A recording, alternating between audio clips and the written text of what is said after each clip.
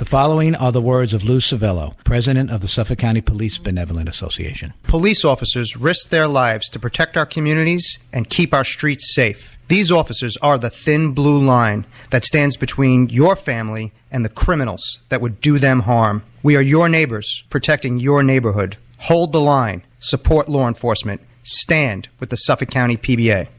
The following radio show is live, except for the announcement you're hearing right now.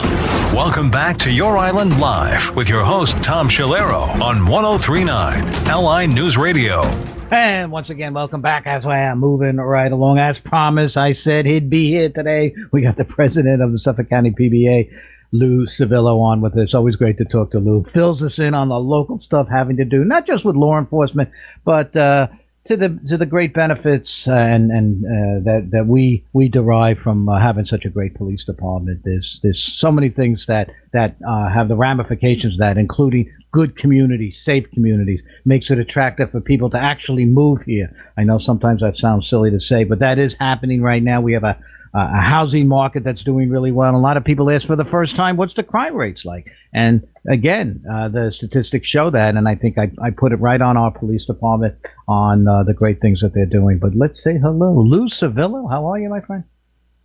Doing very well, Tom. Thank you so much for having me. Always, it's always a pleasure. Now, this is 8 days after the election. We didn't get a chance to talk. You folks, the police organizations, the police conference, the PBA, the Nassau PBA, New York City, and so on, did a whole lot to try to bring pro-law enforcement candidates to the forefront. Because if you're pro-law enforcement, and the listeners of our show understand that, you're pro-community, you're pro-public safety, and it can't be any better than that. Enhancing the quality of life for the men and women and even our kids and our grandkids that live in the suburbs and the neighborhoods of Nassau and Suffolk County. If you had to put a number on it, on a 1 to 10, how'd you guys make out?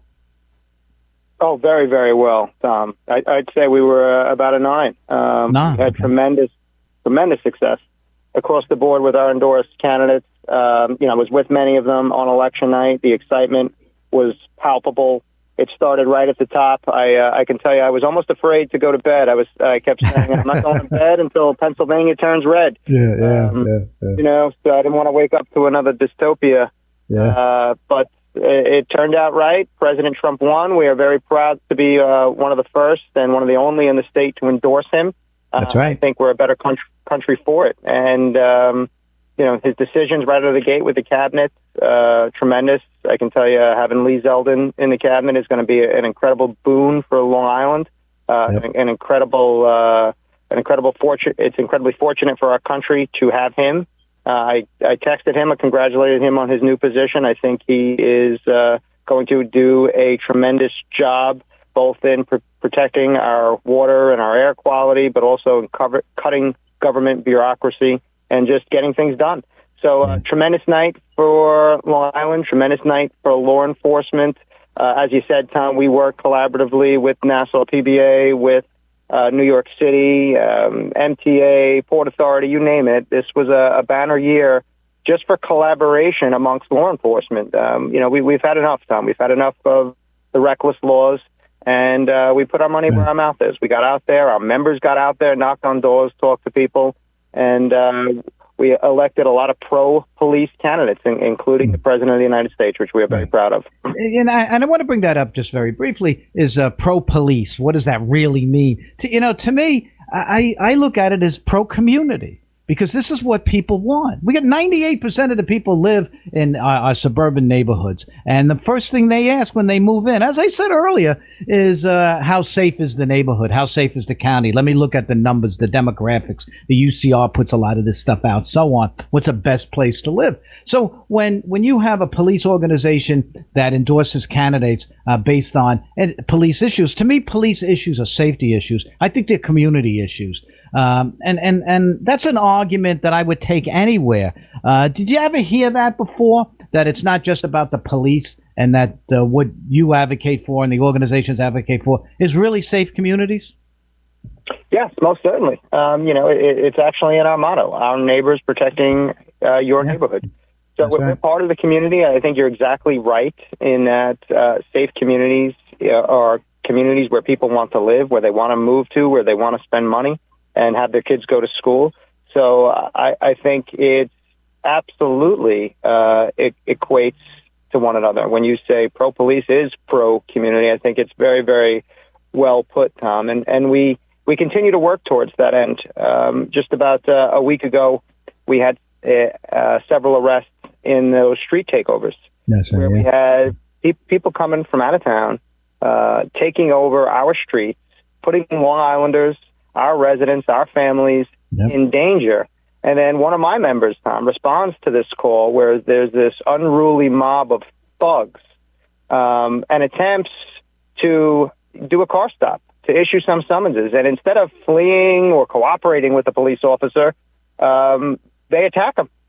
So my member gets punched, he gets dragged, the crowd is chanting pig at him, and then a few of these thugs have the audacity to go slash the tires on his police car.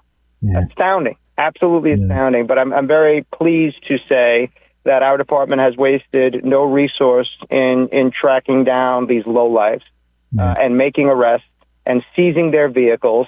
And that's something that we're going to do. We're not going to tolerate it here in Suffolk County, nor should we. And it's important that we had the backing of the county executive, again, a pro-police, pro-community elected official, in order to get this done and keep our streets safe. You know, Lou, we had Ray Tierney on. Usually Ray follows you when you're on, so it's always a nice compliment between the two of you. And he spoke about that yesterday. And he spoke about the arrest that they made. Again, an individual from Brooklyn. They understand a lot of these people have decided to come out of the Queens and the Brooklyn, the Bronx area, and come into Suffolk County. When I first read about this and knew this was going on, I said, boy, did they pick the wrong place. And I was right. Starting with our great police department and the investigations that are going to take place there. There'll be more arrests. I am sure of it. And of course, Ray Tierney not backing down, Lou. He said on this show, he goes, I don't care how many parents call me and say, well, you know, can you treat them easy and so on? He was having none of it, Lou, none of it. And by the way, when you started to describe the incident of our officer getting hurt and stuff like that, my blood boils. I get so angry, and so do my listeners too. Because again, when a police officer is injured, it's an injury to the community. It's an attack on the community. And I think that's important for people to see that. And to have these thug gangs coming out there. And plus, they are the dumbest people in the world because they put this on video and they run it on YouTube. And all you have to do is watch it and try to make out any forms of evidence or witnesses or perpetrators that are in these videos, no matter how good they wear the masks and the hoodies and all that other nonsense. So I'm glad that we are making progress into that. I'm glad the DA is more than willing and more than happy to go after these people to the fullest extent of the law, Lou. Yeah, you know, they have this delusion, Tom, and I think it's because they've been told that they can do this stuff, that they can get away with it. They've been told by Albany with bail reform and raise the age, and they've been told by the DAs out in New York City who don't prosecute crime, right? The Alvin Bragg, who say you can get away with whatever you want, and then they come out here and think it's going to fly out here. They are delusional. They have ran into a buzzsaw when it comes to our DA, who absolutely will prosecute these people. But we need to do more, Tom, and that's why us being involved in politics is so important. You brought up a great point with the masks. How many of these thugs were wearing surgical masks? I highly doubt that any of them were worried about getting COVID, right? They're wearing these masks in order to simply facilitate their crimes, to mask their identity and to be able to commit these crimes and stay anonymous. So why don't we have a law in New York State that says if you commit a crime and you're wearing a mask, it is an aggravating factor. Yes. You get charged with a higher level, right? It's an aggravating factor, and it raises it up from a misdemeanor to a felony or from a lower felony to a higher felony if you are wearing a mask. Plain and simple, common sense law that needs to get done. You know, you're giving me some great ideas. I first of all, that's wonderful. Why can't we have a combination of that idea, what you just said, with a bunch of others, and have a Proposition 36 type of law in New York State? Because, by the way, as you well know, Proposition 36 passed in California. Most liberal, anti-police state, but those folks out there were not the same as their politicians, kind of similar to what we have here in this state, and they passed Proposition 36. And I understand it passed overwhelmingly. They want criminal penalties to go up. They want the retail thefts to stop. We want to see bail reform reformed back to judges' discretion and help our police departments and so on, and to outlaw any sort of necessary or any sort of funds that are taken away from police departments. We need to do that. I will guarantee you, in spite of the fact that this state tends to vote to the left all the time, a Proposition 36 type of law in New York State, if we can get that on the ballot next November, and I'm going to bring it up tomorrow on our Albany report when I have members of the Assembly and Senate on this program, I want to bring that up because I think that's something that we need to put on the ballot. And you just gave me that idea right now. Let me tell you something, bro. Yeah. Yeah, that's grassroots actions. I mean, that's what we need. If the politicians won't do their jobs, then we have to do it for them. Yes. I think a Proposition 36 type ballot initiative that enshrines some of these things, maybe even a constitutional amendment that enshrines some of these things. Yeah. It makes sense. It's very telling that even in the most liberal parts of the country, like California, people are sick of it. Yeah. People want to be able to go to the store. They don't want, when they buy a tube of toothpaste, they don't want to have to go get the clerk and say, hey, can you unlock this? Because we have to lock up toothpaste and deodorant because we have devolved that much. People are absolutely tired of it, and we need to come together as a community, as a country. I think it was fantastic that one of the very first calls that President Trump made was to Governor Hochul and said, let's put party aside here. Let's bring back New York to what it was. Let's make it safe to travel into New York City again. Let's have a partner in the federal government. And I really hope, obviously I don't know the contents of the call, but I really hope that that she is open to that, because I can tell you, Tom, if she's not, I mean, she's already enormously unpopular here on the island. Right. She needs to return this state, to what it was, to make it safe again. How great would it be able to go into city and not worry about getting mugged, right? And be able to go see a Broadway show and out to dinner. Let's fix this. We certainly are capable of fixing it. We're capable of investing in our railways and our roads and not have to sit in 3 hours of traffic. And if you have a partner in the federal government, a partner in the president, we have Lee Zeldin representing Long Island up there at the EPA and in the cabinet. I think there's a real chance for a very bright future. Yeah, we're definitely onto something here, because it was Governor Newsom in California, but he campaigned against Proposition 36. He said, no, you're going to violate the civil rights of the individuals by upgrading their penalties and all this other ridiculous nonsense that I would like to say, but I can't say it because we're on radio. And that's what he did. But they rejected the governor. Even though the governor was campaigning against 36, they rejected him. And I would hope on the other side of the country, Kathy Hochul looks at that and saying, that's something that I cannot do. And then maybe we can get this. We had propositions on the ballot this year. Maybe we can get a Proposition 36 on next year's ballot that will certainly enhance what police officers need to do, particularly when it comes to bail reform, protection against defunding, certainly a qualified immunity, the restoration of 50A. All of that can be on it. Because I read a very disturbing statistic, Lou, I'd like you to comment on. I read that in the next, I think it's 3 months, 3 years or 3 months, whatever it is, that 25% of the NYPD is going to retire. A full 1/4, 25% of and I think it's less, I think in a year. How could they possibly cope with that? They have, I don't know what the latest strength is. I'm going to say around 30,000. I don't know if it's even that high anymore. How could they even function if that happens? They can't. They're headed off a cliff, Tom. Plain and simple. That's where we're headed. And I think that trend is happening across the country in terms of nobody wanting these jobs because they've made the jobs impossible. So if we don't restore the dignity to these jobs, and I'm not even talking about pay and benefits here, which are critically important as well, but restoring the dignity to these jobs, as President Trump said, where you're not a punching bag, where you're not getting spit at, where you're not getting beat by roving bands of illegal migrants. Right? If you don't let us do our job and restore the dignity, no one is going to take these jobs, and these departments are going to collapse in on themselves. Yeah. So again, it's something that we have to have an eye for it, particularly politically. It was a good day 8 days ago. It showed that candidates who won, as you so pointed out, on 9 level, that we have people that are now understanding of all of this. You know, one thing that Trump said in all his rallies is that he wants to restore the qualified immunity. And I put 50A in that, too, on a local level in New York State and so on. Is that something that a president can do? I'm trying to do the research. My understanding is the most policing in this country is done by sheriff's departments and state police. And, of course, we have county police and village police and town police and all of that. But can qualified immunity be written in? Now, this might not be a question that you would even be able to answer, but could qualified immunity be built in somehow so that the states would have to go along with it? Your understanding? Yes, yeah. I mean, and this is something that we've explored. We've explored it with Congressman Lilota, Congressman Garbarino, of getting a police bill of rights that would guarantee some level of qualified immunity for our law enforcement officers, amongst a number of other things that would prevent people from attacking police based on the fact that they are law enforcement, protect police's families. If somebody did something to target a police family and it was motivated, it would be similar to a hate crime.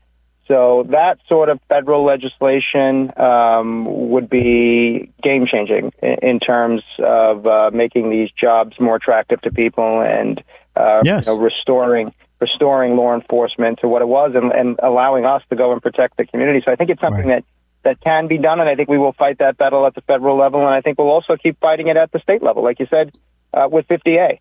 In order to restore that. And that's something that I had a direct conversation with the governor about the minimum.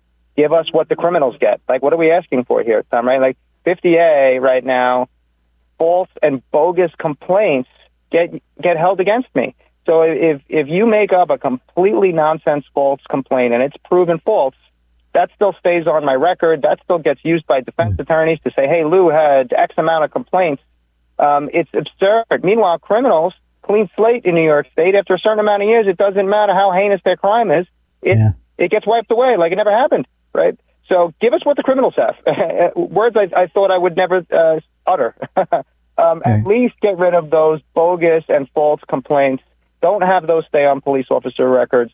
At least restore us to that level in terms of what you took away from us with 50A.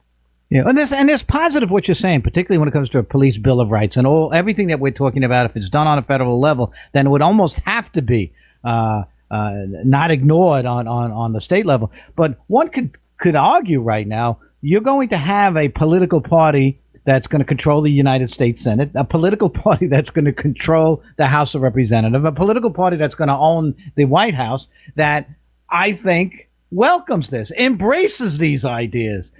Again, as far as I'm concerned, I'm elated over that. I think something like this could pass. If you and I were talking a year ago, I mean, no, it wouldn't. But now I think there's a good possibility that this could happen. Do you think it could move with that? Because now there's at least a political party that sees the value of criminal justice, value of our police, and so on? Yeah, I certainly think it could. And I think with representatives like Congressman Lilota and Congressman Garbarino, I think we're going to get something done. And I think, again, Tom, it's very telling. Not that I spend a lot of time watching Morning Joe, but I saw a clip with Mr. Scarborough claiming that all along he supported the police and that the defund the police movement was crazy. It's like revisionist history. Yeah. Because we all know that wasn't the case. But when you have people that are left wing that are losing their relevance, their viewership is falling off a cliff. And they're going back and rewriting history to make it like they were supportive of the police. Well, then I think we know which way the wind is blowing here, Tom. Right. The pendulum is swinging for us. And you have to laugh at that. But again, what we're talking about right now, you talked about how successful that police endorsed candidates did, community police endorsed candidates, however you want to say it. It's all for the right thing. But there's a key word here, Lou. It's called mandate. There's a mandate now to get this stuff done. Look at the numbers. Look at the numbers in Nassau and Suffolk County. Nassau generally votes blue. It didn't kind of do that right now. Suffolk County, some of the towns out there, even New York State did fairly well considering what it was 4 years ago. So one could argue there's a mandate to get some of the things that you and I talking about. Final thoughts, Lou? Yeah, it's unequivocal, Tom. There is a mandate, and that mandate came from the American people. Exactly. People of all walks of life, every demographic moved over. They voted for President Trump. Yeah, in order for him to win, it could not have just been Republicans. You had to have independents. You even probably had to have some Democrats come over and vote on the other side in order to give him that mandate. So it's clear what the American people want, and I would say this across the board. If you're an obstructionist from either party, whether it be a Republican or a Democrat, and you're going to stand in the way of progress here, do so at your own peril, because the American people want safer streets, and President Trump is going to deliver them. Once again, president of the Suffolk County PBA, Lou Civillo, on every other week. Lou, thank you. We'll talk to you again in a couple of weeks, my friend. Thank you. Thanks, Tom. Okay, we'll take a short break. We're going to talk to Rich Christ coming up. And then we're going to take your phone calls. A lot to talk about, folks. We'll take phone calls at the 1:35 hour. We'll be right back.